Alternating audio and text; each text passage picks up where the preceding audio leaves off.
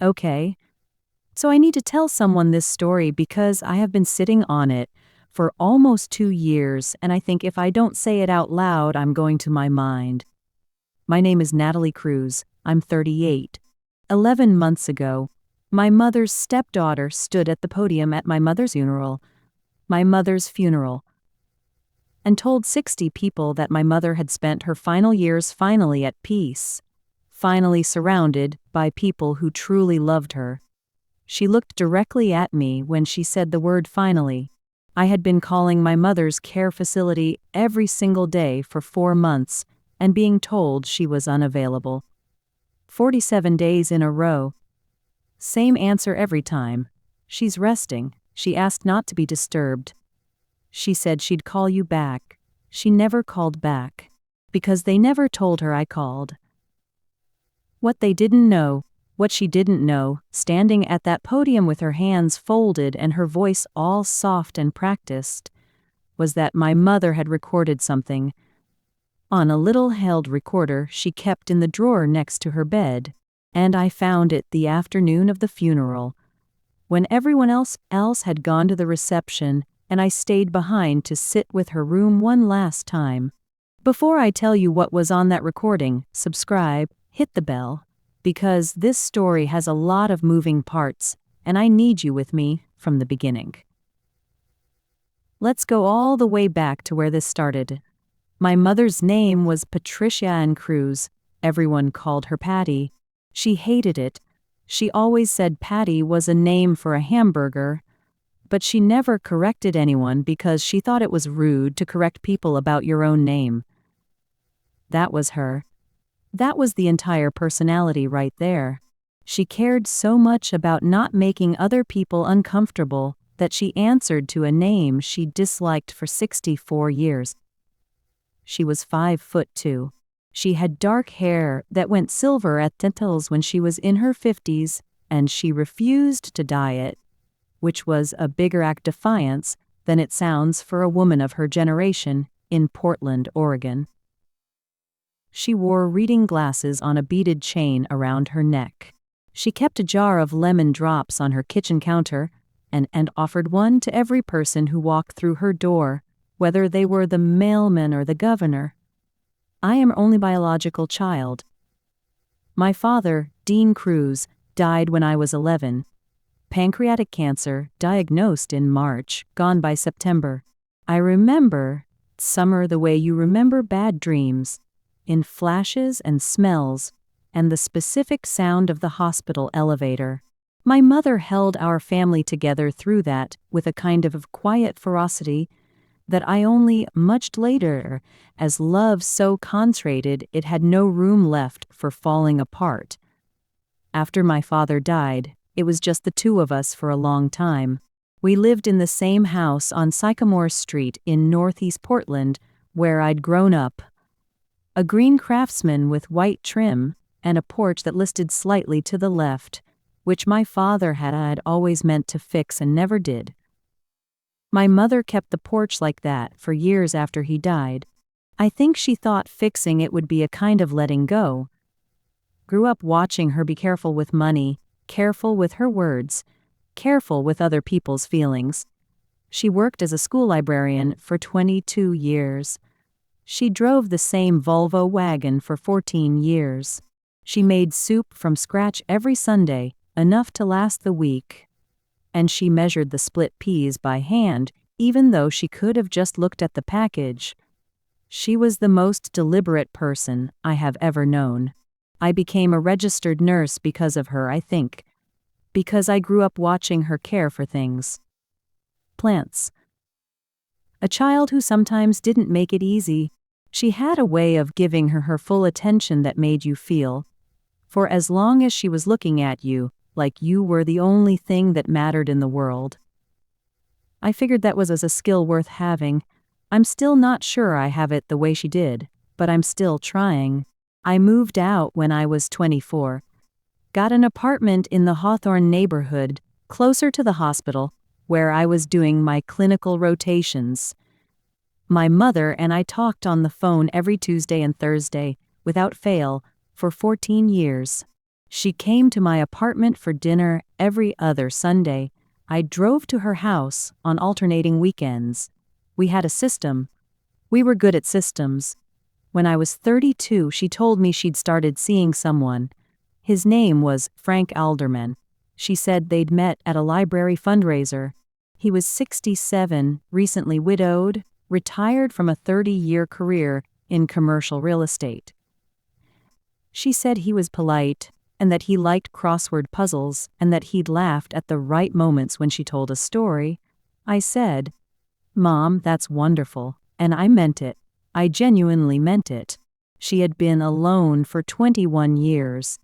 She had poured everything into raising me and then into keeping herself busy, and she had never once complained about the aloneness, but I saw it. I saw it in the way she kept my father's chair at the kitchen table.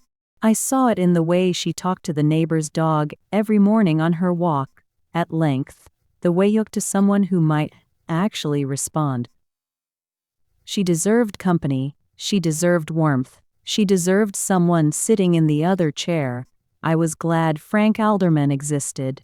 I was glad for 3 years. Frank was, in those first years, everything my mother had described. He was polite. He was constant. He showed up when he said he would. He remembered things. He remembered that I took my coffee black. Remembered that my father had been an engineer. Remembered the name of my cat. He was the kind of person who sent thank you notes on actual paper. He had one daughter from his first marriage. Her name was Renee Alderman. She was 41 when I first met her, 3 years older than me. She lived in Lake Owego, about 40 minutes south of Portland, in a house she'd kept in a divorce settlement 4 years earlier. She was an interior designer with her own small firm. She was sharp, put together, and she had a way of walking into a room that suggested she'd already assessed it and decided it where everything ought to be moved. The first time I met Renee was at a dinner at my mother's house, about 4 months after my mother and Frank started dating. My mother had made her pot roast, which was the meal she reserved for people she wanted to impress and occasions she wanted to mark. That told me everything about how my mother felt about Frank.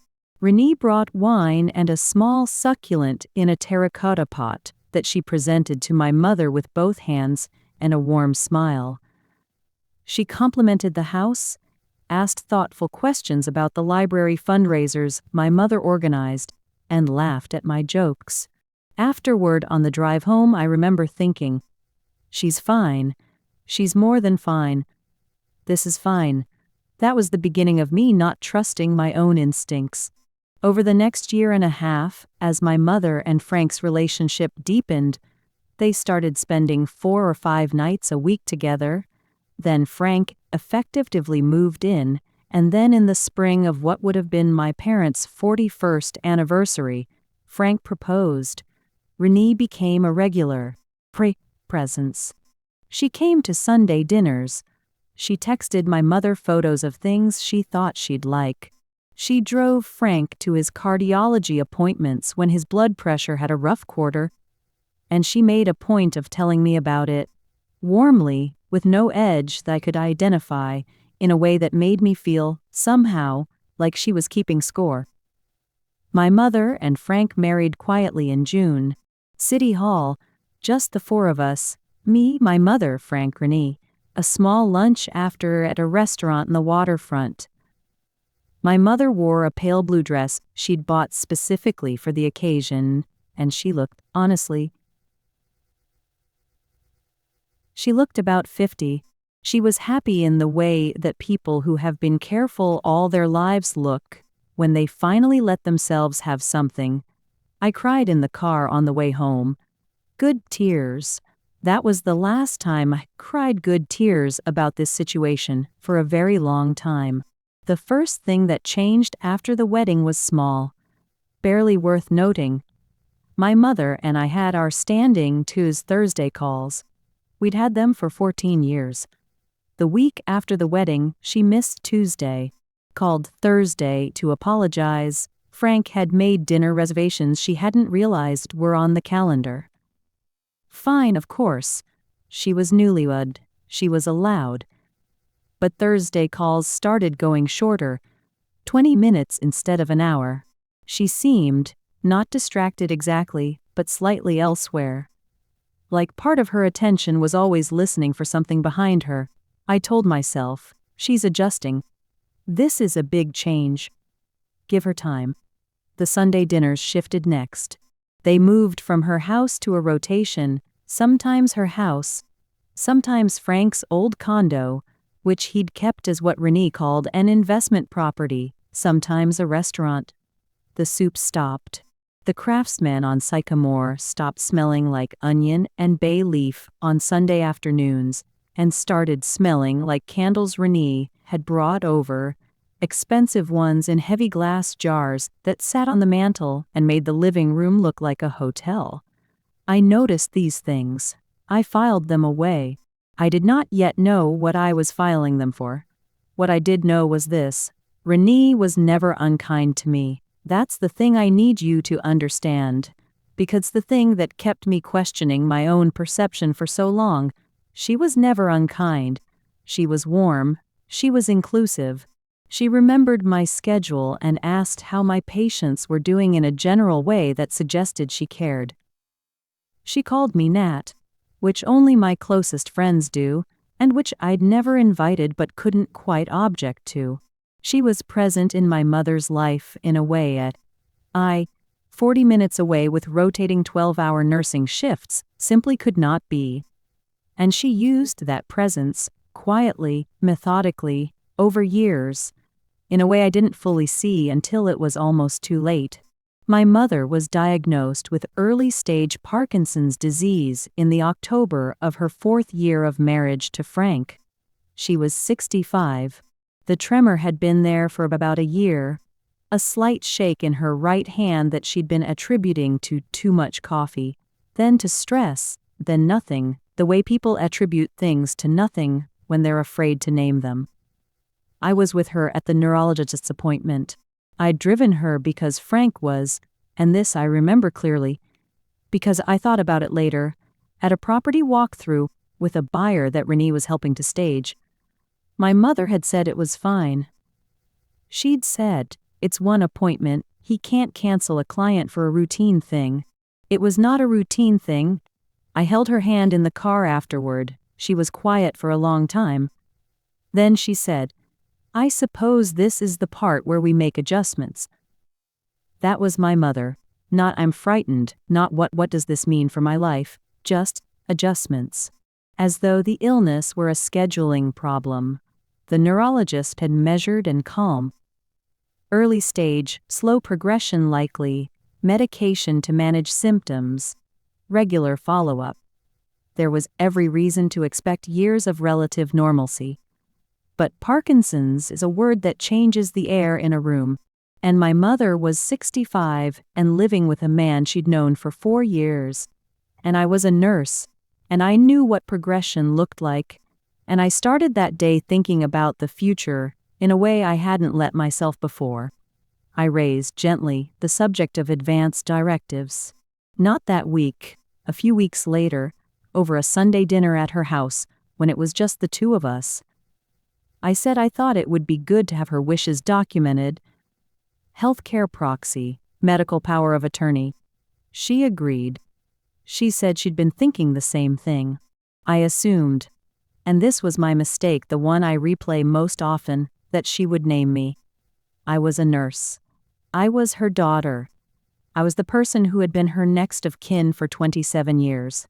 I assumed. We didn't discuss specifics that evening. She said she'd look into it. I said I'd help whenever she was ready. And then we talked about other things.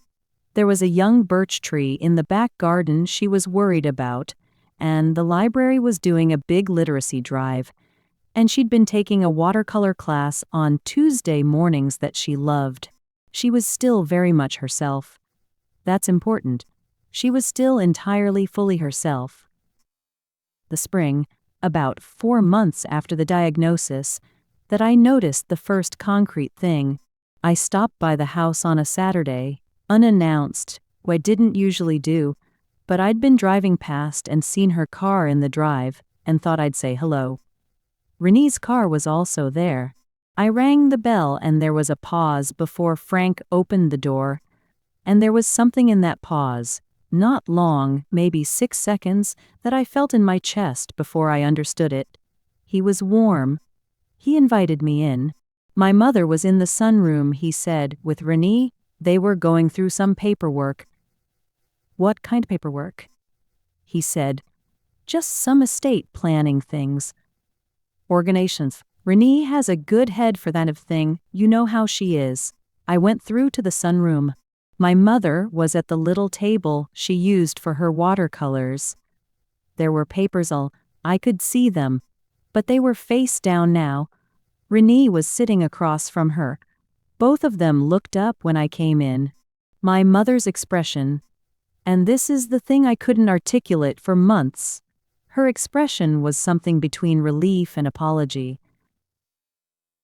Like she was glad, and also like she'd been caught at something she hadn't meant to be caught at. Renee smiled. Nat, we were just finishing up. Perfect timing. The papers went into a folder. The folder went into Renee's bag. I said, Mom, what were you working on? She said, just some paperwork, sweetheart. Frank's things to be organized. I said, estate planning. Frank mentioned estate planning. She said, nothing serious.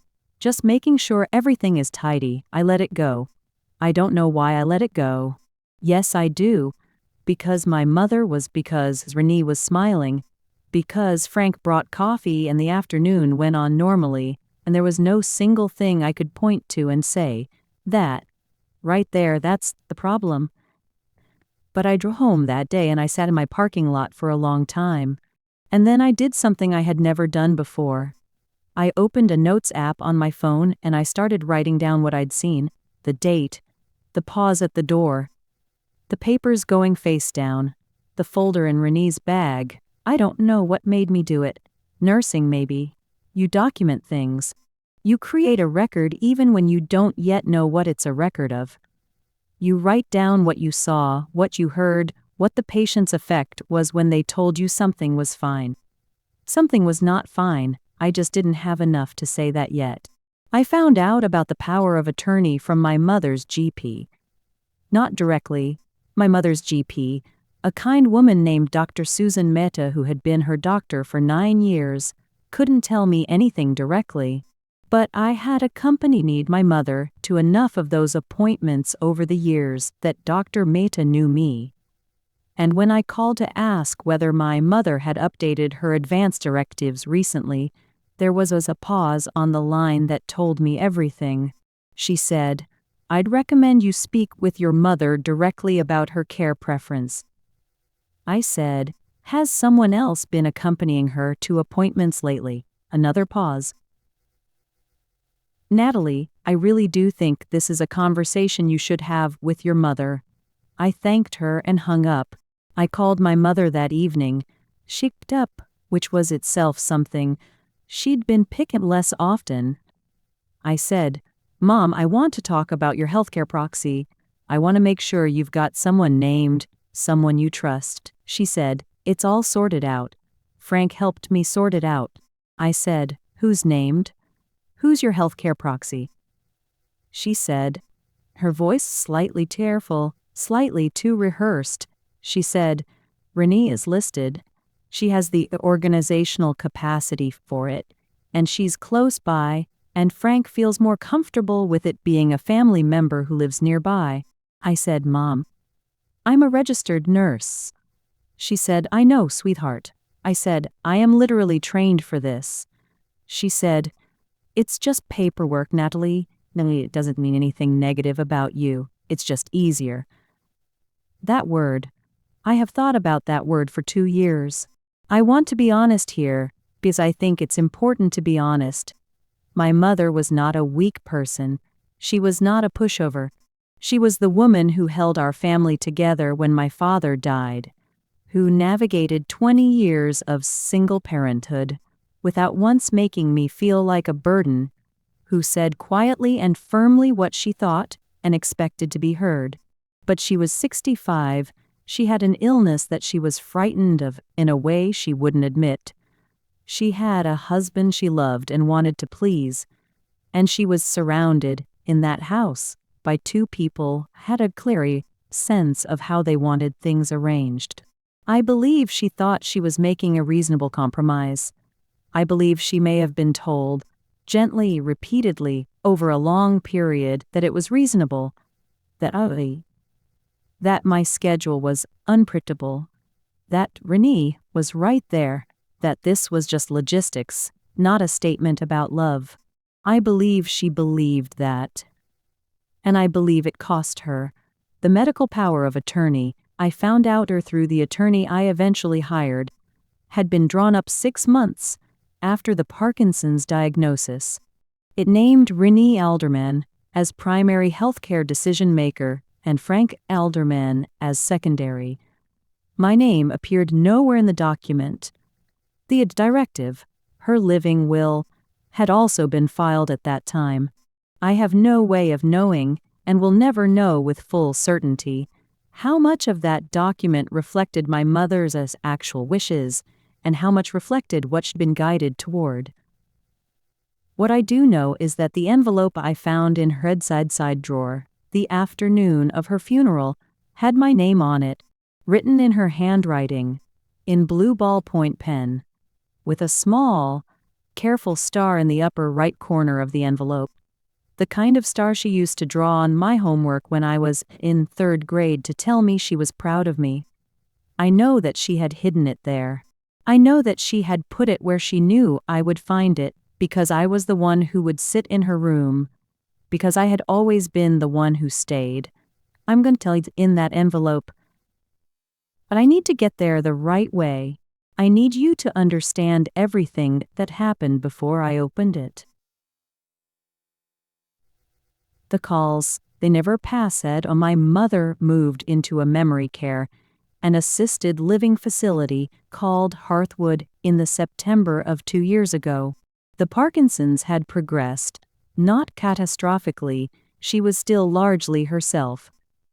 But there had been 2 falls, and her medication required monitoring that Frank, at 70, was genuinely not equipped to provide, and her doctor had recommended the transition.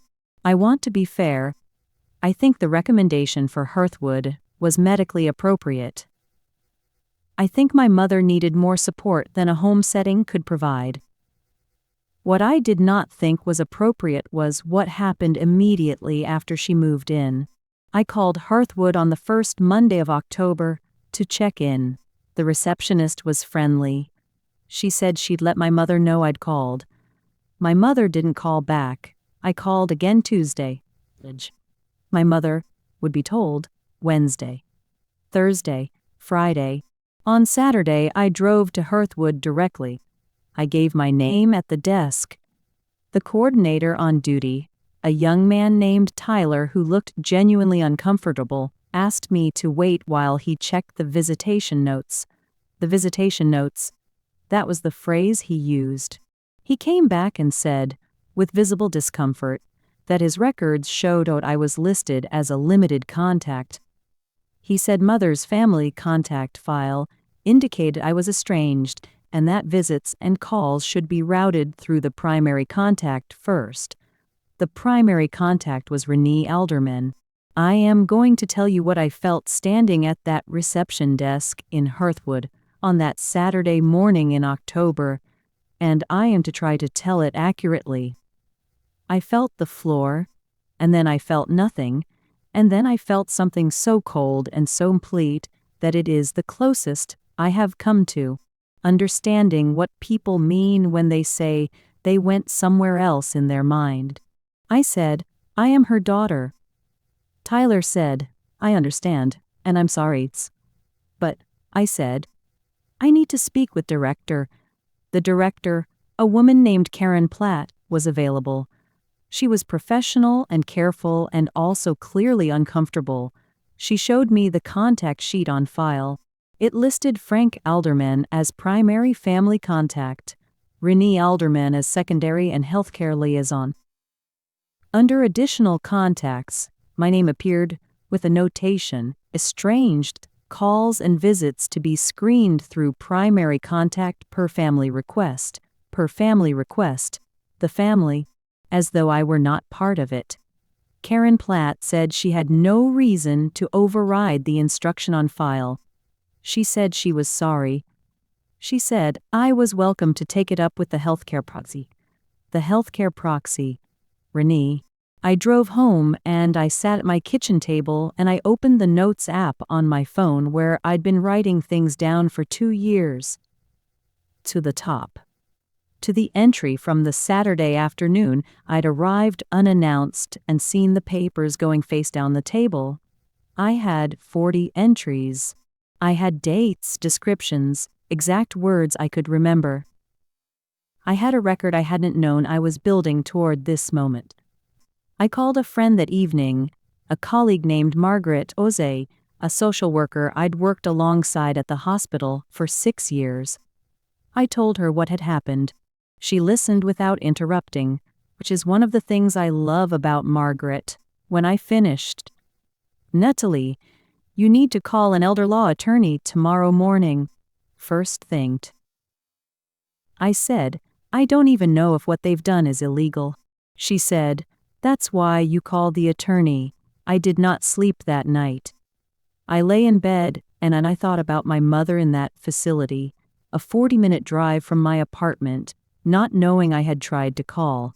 I thought about her answering to Patty her entire life, because she didn't want to make anyone uncomfortable. I thought about her keeping my father's chair at the kitchen table. I thought about the little star in the upper right corner of her homework corrections. She had named me. She had found a way to name me, even from inside that room. I just didn't know it yet. The attorney's name was Patricia Holloway. Pat, she said, not Patricia. She'd given up on Patricia years ago, which made me think she and my mother would have gotten along. She was in her late 50s, gray-haired, with an office in the Pearl District and a manner that I can only describe as a controlled fire. She listened to everything I told her, asked precise questions, and then said, "The contact restriction alone may not be actionable. The power of attorney was validly executed. We'd need to challenge the circumstances of that execution. Tell me about the day you saw the paperwork." I pulled up my Notes app. I read her the entry from that Saturday, the pause at the door, the papers face down, Renee's bag, my mother's expression, the exact words everyone said. Pat Holloway looked at me for a moment. "Have you been keeping notes the whole time?" I said yes. "Good. That's very good. Now I need to ask you something important.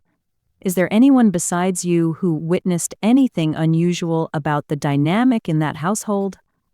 Anyone who would speak to what they observed?" There was. Her name was Donna Capella. She was 72 years old, retired. She had lived next door to my mother on Sycamore Street for 18 years. She had a small white dog named Fig and a garden that was the neighborhood's quiet pride and a habit of sitting on her front porch on fine evenings with a glass of iced tea and knowing everything that was happening on the block without appearing to. Donna had been at my mother's wedding. She had been the one who watered the plants when my mother and Frank went to the coast for their first anniversary. She had left a pot of soup on the porch the day after my mother's Parkinson's diagnosis. I called Donna the morning after my meeting with Pat Holloway. She picked up on the second ring, and before I could say hello, she said, "I've been waiting for you to call me about this." "Donna, what did you see?" she said. "How much time do you have?" What Donna had seen? Over 2 years. From that front porch, from the driveway when she was letting Fig out, through the kitchen window she shared a property line, was a portrait of a takeover conducted so gradually and so apparently warmly that it would have been invisible to anyone not paying the kind of patient that retired neighbors with small dogs are uniquely positioned to pay. She had seen Renee's car in the drive 3, 4, 5 times a week in the months after the wedding. She had seen my mother's friends, the library colleagues, the women from her walking group stop coming by after a while. She hadn't thought much of it at first. People's social lives rearranged. She had heard, one evening in August, she was specific about the month. She said, because Fig had had a stomach thing that week, and she'd been outside with him at odd hours. She had heard Renee on the phone in the side yard. Donna had been behind the fence in her garden in the dark, and Renee hadn't known she was there. Renee had been talking to someone about the Sycamore Street house, about it would go for in the current market, about timing, about how things needed to be arranged properly before anything could be listed. The Sycamore Street house. My mother's house. The house she had lived in for 33 years. The house where my father had always fixed the porch. Donna said she'd filed that away.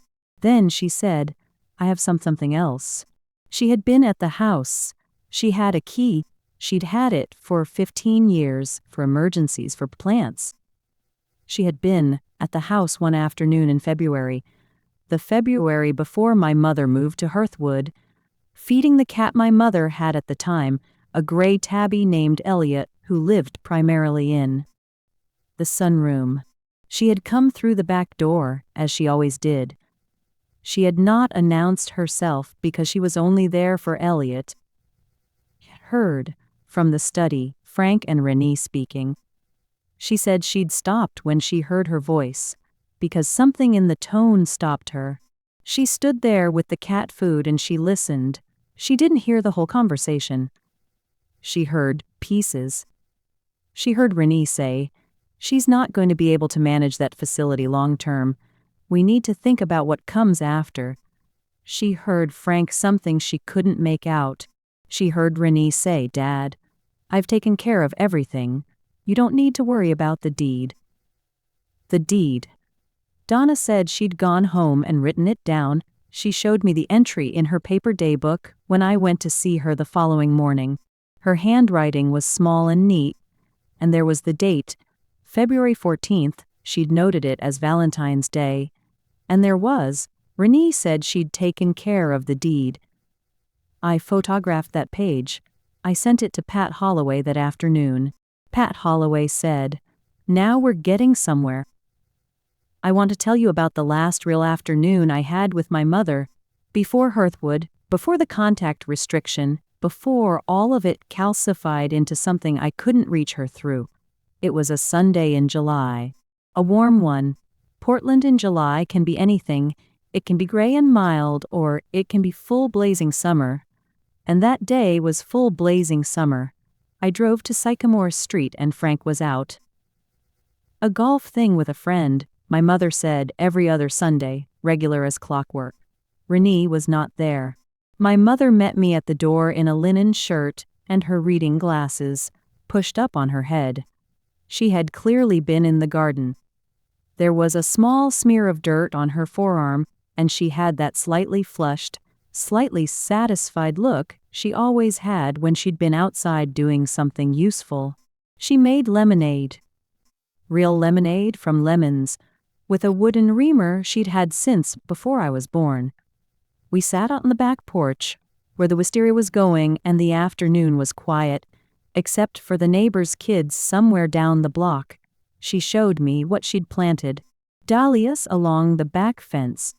She'd become obsessed with dahlias in the last 2 years. She walked me through the names. Café au lait, which was the blush one. Bishop of Llandaff, which was deep red with dark leaves. Thomas Edison, which was a purple she said she'd bought mostly because she liked saying its name. She held the stem of the Bishop of Llandaff with both hands. Her right hand tremored slightly. She didn't react to it. Neither did I. We talked for 4 hours.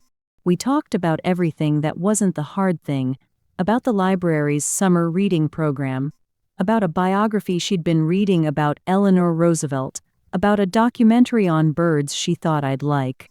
She told me a story about a patron she'd loved years ago, A boy who'd come in every week for a year to read encyclopedia volumes in alphabetical order, for no reason he ever explained, and how she'd saved him the same chair every time without being asked. She told the story with that quality she had of full attention, even when she was the one telling it. I thought about that boy in his chair. I thought about how she'd understood, without being told, what someone needed. Late afternoon, she went quiet for a moment. The kind of quiet she had sometimes when she was deciding whether to say something. Nathalie, I want you to know I see you. I know your schedule is hard and I know you show up anyway and I see it. I said. She said, I know things are a little complicated right now. I know there are arrangements, and I want you to know the arrangements don't change anything. About you, about what's yours. I said. Then she looked at Delia's. She said, I've tried to make sure, I've tried. She didn't finish the sentence. Frank's car turned into the drive. I heard the engine. She looked up at the sound, and then she looked back at me, and she said, quickly and quietly, just before the car door opened, the drawer by my bed. There's a key to the fireproof box in the closet. The important things are in that box. Make sure you look. She said it the way she would say the directions to a recipe, matter of fact, like she'd been rehearsing it. I said, Mom. Frank came through the gate. He was in a good mood. He brought a bottle of rosé from a friend's vineyard. The afternoon closed back up around us, and my mother was laughing at something Frank said, and the moment went somewhere I couldn't retrieve it from. I thought about it constantly afterward. I thought about it every one of the 47 days I called Hearthwood, and was told she was unavailable. She had tried to warn me. She had found a way, in a 4-second window, to tell me where to look. My mother died on a Wednesday morning in March. Pneumonia secondary to Parkinson's related swallowing difficulties. She was 66 years old. I found out Frank. He called me. He did call me, I want to say that, 9:15 in the morning. She had passed at 6:42. He said it had been peaceful. He said she hadn't been in pain. I said, why didn't you call me when she was admitted? He said, it all happened fast, Nathalie. She was admitted Tuesday evening. I'm sorry, I said nothing. I noted, in a detached, professional part of my brain, that I was a nurse and that it happened very fast was something families said, and that a pneumonia serious enough to be terminal within 12 hours was generally not something that happened without warning signs in the preceding days. I did not say this. I said, thank you for calling. I did not cry on the phone, I cried after. The funeral was 12 days later. It was at a church in Lake Oswego that I had never heard of. Not the church my mother had attended sporadically in Portland, not the church where she and my father had been married, not anywhere she'd ever mentioned to me. It was Frank's church, Renee's church, in Renee's neighborhood. 60 people came. I knew perhaps 15 of them. Renee had organ everything. The flowers, expensive white arrangements that my mother would have found excessive. The program, a photograph of my mother on the front that I had never seen before, taken in what looked like Frank's backyard, a caption that added, Alderman, beloved wife and mother. Patricia Alderman. She had never changed her name.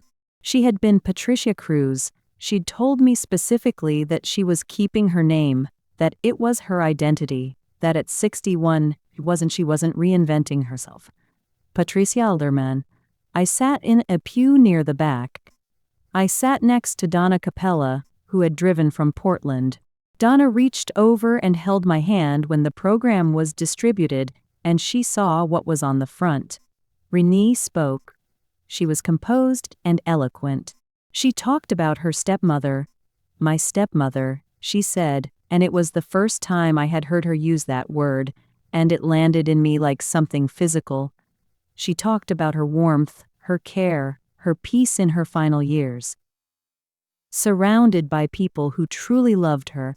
I looked at my hands. I thought about the 4 hours on the back porch. I thought about Thomas Edison, the dahlia with the purple she liked to say the name of. I thought about what my mother had said about arrangements and what was mine. The reception was at Frank and Renee's. Renee had moved in with Frank full-time the previous year, citing the need to help with his care, though Frank was in excellent health. I attended briefly. I ate nothing. I spoke to Frank, who was grieving and who looked diminished, in a way I recognized as genuine.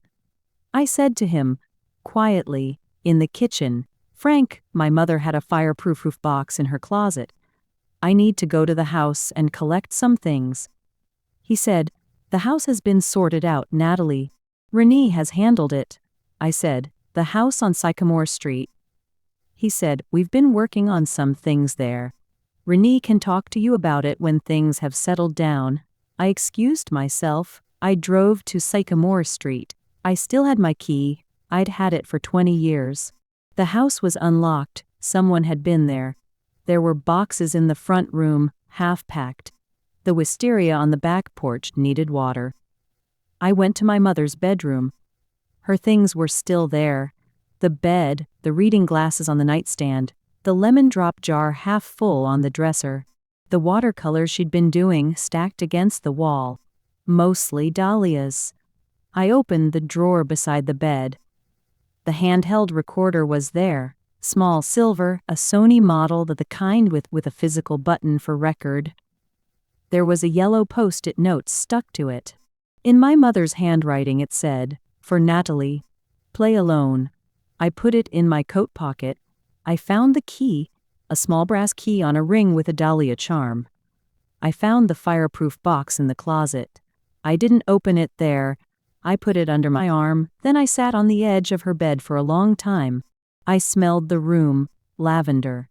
Because she'd kept a sachet in her pillowcase for 30 years, underneath, that the particular warmth that I associated with her, and only her, that I cannot describe, and will not try to, that is already beginning to fade from my memory, and that I am terrified of losing. Then I drove home, and I played the recording. My mother's voice on the recording was clear. That is the first thing I want to say. Her voice was clear and steady, and entirely, recognizably hers. The recording was 11 minutes and 43 seconds long. She had recorded it, she said at the beginning, because she wanted there to be a record of certain things she was afraid she wouldn't have the opportunity to say directly. She said she'd made it on a Tuesday morning while Frank was at his weekly breakfast and Renee was at work. She said she loved me. She said she knew things had become complicated, and she was sorry for the parts that were her fault, and she was sorry that she hadn't been brave enough sooner. She said that she had signed documents she hadn't fully understood. She said Renee had presented things as routine, as administrative, as just making sure everything is tidy, and she had signed them because she trusted Frank, and because the illness had made her afraid. And when you are afraid, you sometimes accept the version of reality being offered to you. She said she knew that now.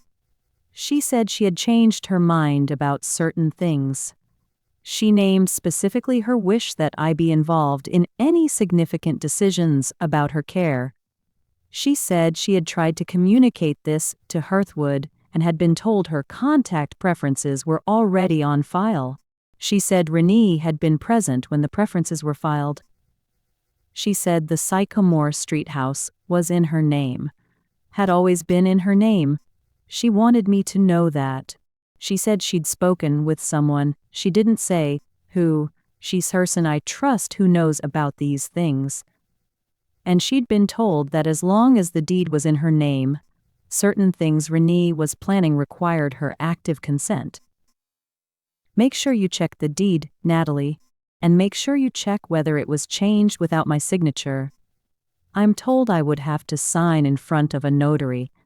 I don't remember signing anything in front of a notary, but my memory isn't." She paused. "Please, She said, "I love you. I love you the same way I always have, which is completely and with nothing held back. I'm sorry it got complicated.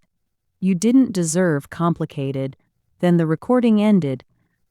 I sat at my kitchen table at 11:30 at night, and I listened to it 4 times. Then I called Pat Holloway's emergency line, which she had given me and told me to use if I found something significant. She answered on the 3rd ring. I said, "I found something significant." I played it to her over the phone. When it finished, she was quiet for a moment. Then she said, "I need you to bring me the recorder, the fireproof box, and every note you've ever made, tomorrow morning. We have work to do." Said, "Is there a case?" She said, "There's more than a case. There's a story that tells itself. We just need to make sure the right people are in them to hear it." I said, "What do we do first?" She said, "First we find out whether that deed was changed.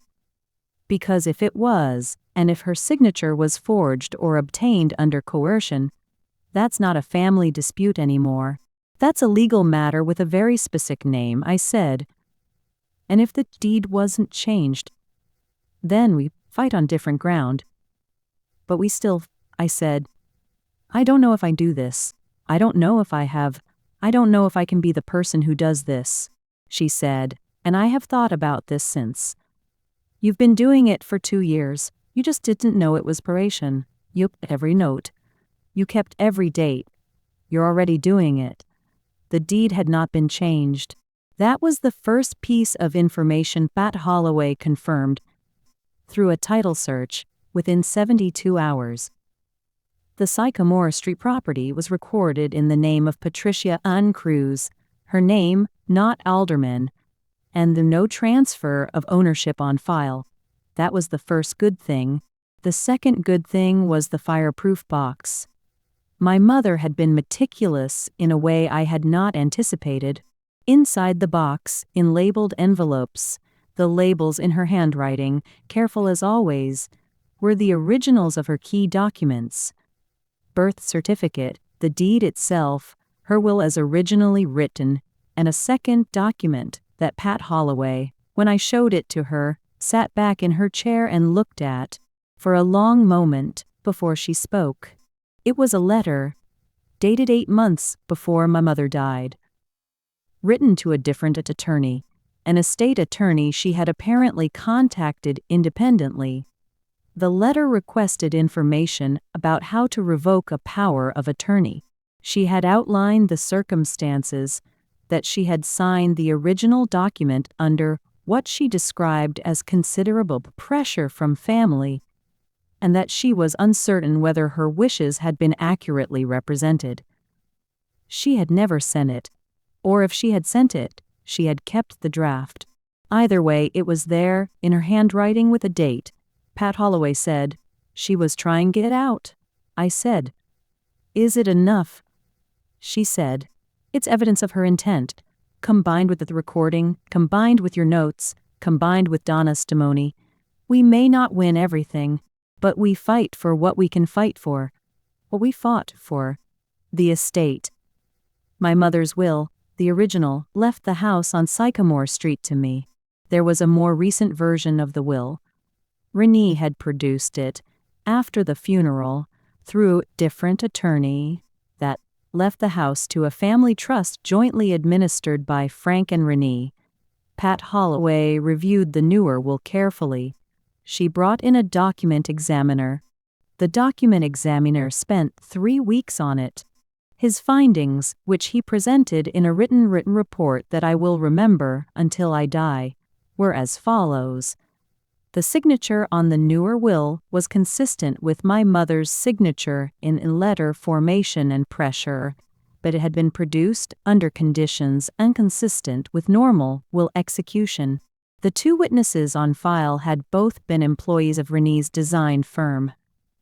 The notary stamp matched a notary whose records, when subpoenaed, showed no entry for my mother on the date of the will. There was no notary record. The will had been witnessed by people who worked for Renee. The notary stamp was real, but applied to a document the notary had never seen. I don't want to romanticize what happened next because it was not romantic. It was 8 months of legal proceedings during which I continued to work as a nurse, 12-hour shifts, patients who needed me, a full life that did not pause for my grief or my fight, and during which I spent every spare hour on the phone with Pat Holloway in her office reviewing documents in a conference room across from Renee's attorney, who was polished and expensive, who looked at me across that table with the specific calibrated contempt of someone who believes the other side will run out of energy before they do.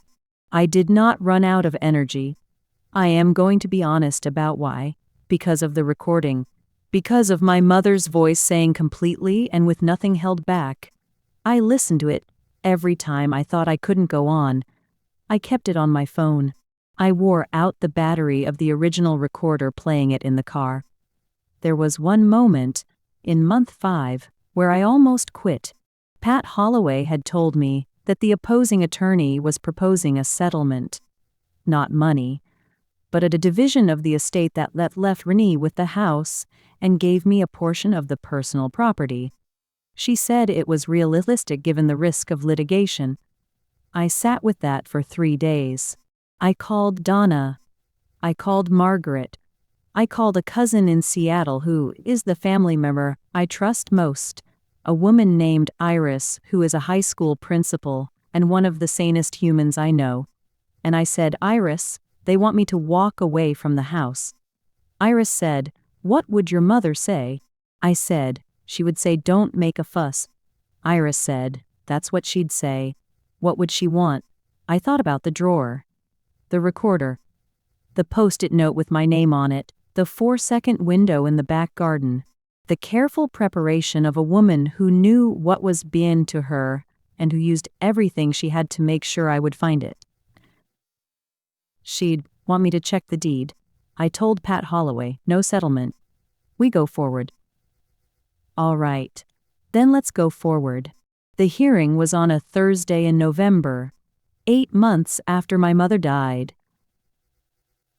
After I'd stood at that reception desk and been told I was a limited contact. Probate court. A judge named the Honorable Carolyn Diaz, who had short gray hair and glasses, and who ran her courtroom with a quiet authority that I found, despite everything, reassuring. Pat Holloway presented our case. She presented the original will.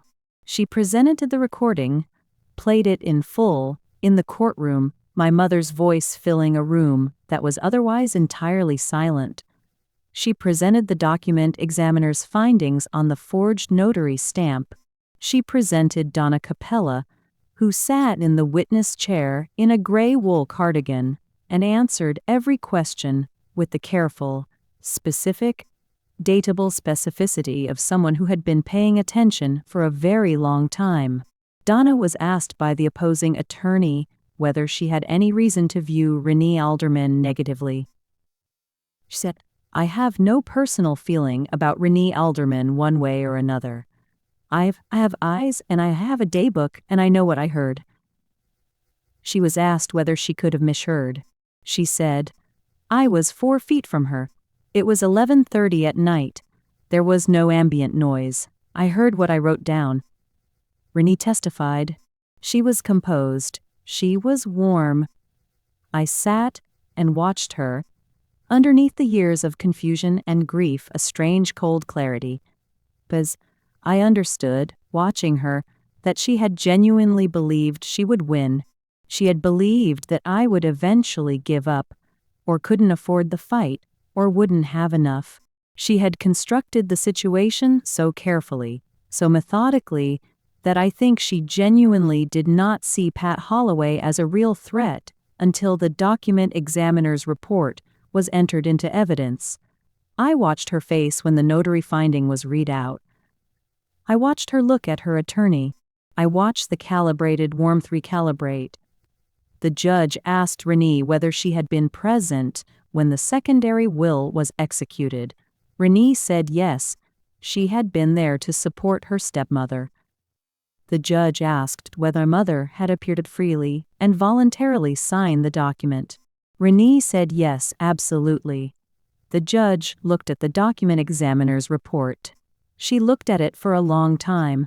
Then she said, "The court finds the secondary will invalid on the basis of irregular execution, including an unverifiable notary attestation and the exclusion of the decedent's primary heir from all estate proceedings. The court recognizes the original will, dated 7 years prior, as the valid expression of the decedent's testamentary intent." She said, "Property at Sycamore Street is awarded to Natalie Marie Cruz." I heard Pat Holloway exhale beside me. I didn't cry. I had thought I would cry. I sat there and I felt something that I am going to call, for lack of a better word, the specific sensation of a door that has been locked for a very long time opening, not swinging wide. Just unlocking. Just the click of the mechanism releasing. I thought about my mother. I checked the deed, Mom. I checked. Frank did not contest the ruling. I believe, and I have thought about this carefully, because I want to be fair, I believe Frank was a man who had allowed something to happen that he did not fully orchestrate. He was a man who loved his daughter and who had deferred to her because it was easier, because was competent and organized, and she framed everything as being for the benefit of everyone. I believe he told himself a story about what was happening that was easier than the true one. I believe a lot of people do that. He called me 6 weeks after the hearing. It was a short call.